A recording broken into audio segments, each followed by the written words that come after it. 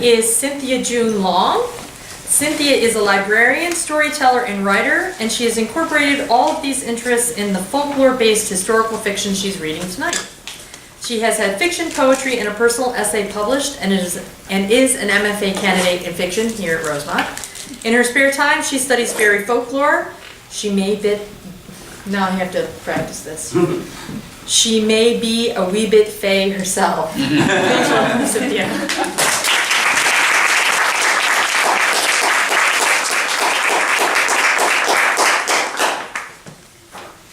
The story I'm doing tonight is about Thomas the Rhymer, and he is a legendary figure who's sort of like King Arthur in that we know he was a real historical person. He lived in Scotland in the 13th century, which was the era of Braveheart.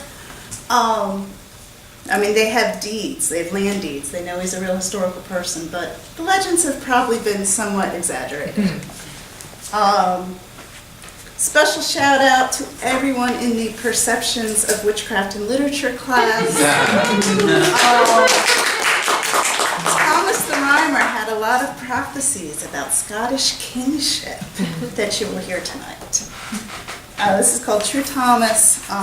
This was published in Lizette's Tales of the Imagination. And just so you know, I started it as a children's story, and I couldn't sell it as a children's story. So I went back and did all this historical research, and I sold it as historical fiction. So keep working and switch gears sometimes. True Thomas. In Scotland, during the quiet years before the Wars of Independence, Thomas of Ercildown called the Bronner Lift.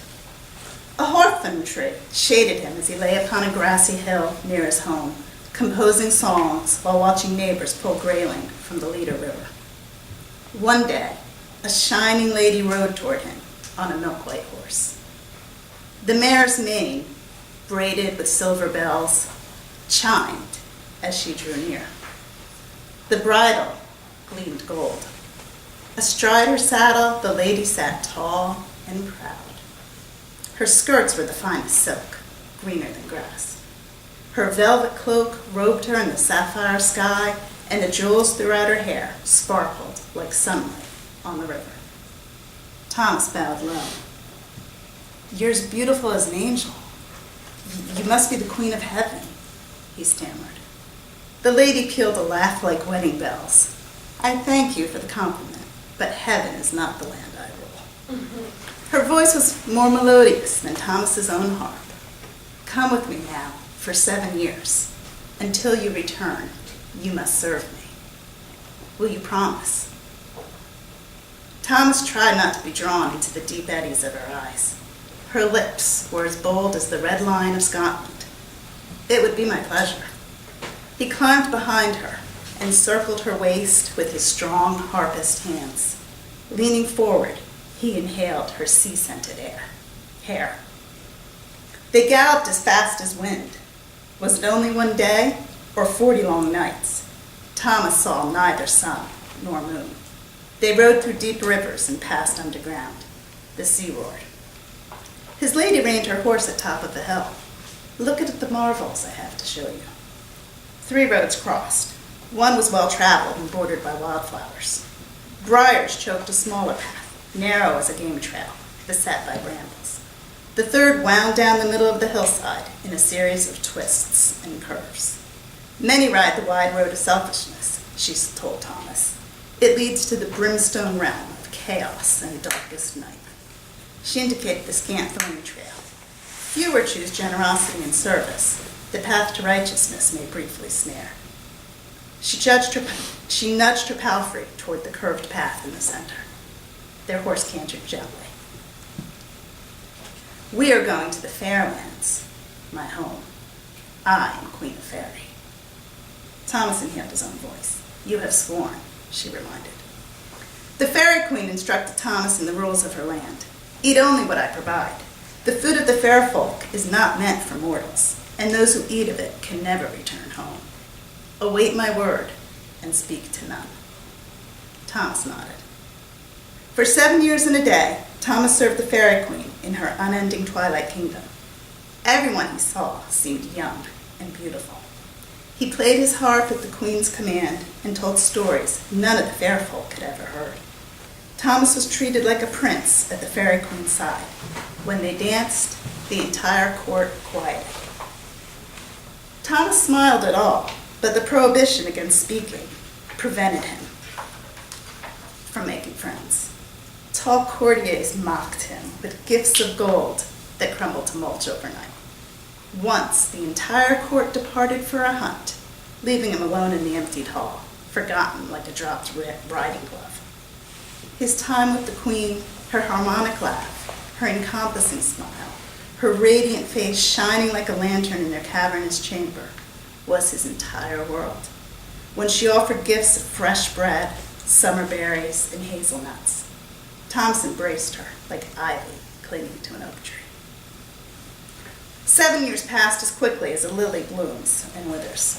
When his door to the chamber burst open like a thunderclap, Thomas knew his sojourn was over. The Queen rushed in and handed him a green velvet cloak. "You must leave now," she urged. "They will cast a servant into hell. I will not sacrifice you." They hurried to the stables through dark, winding passages.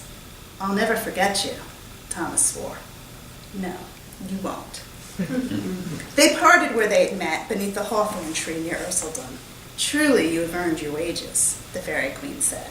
She grasped his cheek and delivered to his lips a lingering kiss that tingled like lightning. "I give you the gift of true speech." In Ercildown, Thomas greeted his friends and neighbors. Hearty handshakes and indulgent smiles welcomed his return, but no one believed his stories. "Were you fighting in the war?" some asked. Scotland was contesting Norway's claim to the Hebrides. "It's the truth," Thomas insisted. "Tell us another tale." In the days which followed, Thomas once again leaned upon his harp. His minstrelsy flourished because all stories carry the heart of truth. He could recount the Norman conquest and kings' histories of Malcolm, Alexander, and Macbeth, so that his countrymen thought they were there. These tales he followed with romantic sagas that even brought furtive tears to gruff blacksmith eyes. A crowd favorite was his ballad of plucky Janet who rescued her cursed love from nearby Carter Hall woods. "Where'd you learn that tune?" the steward of Dunbar asked. Thomas found his tongue frozen to the roof of his mouth. "In another country," he managed. One autumn, as the villagers turned out for the barley harvest, Thomas stationed himself beneath a wych elm to harp. "It'll rain hard tonight," he cautioned between songs, never looking up. The sky was clear and cloudless, without any wind. The farmers, men who earned their livelihood gauging the skies, laughed. The next day, the heavy rains overflowed the Leader and Tweed riverbanks, flooding the fields and submerging the roads. Thomas's renown grew.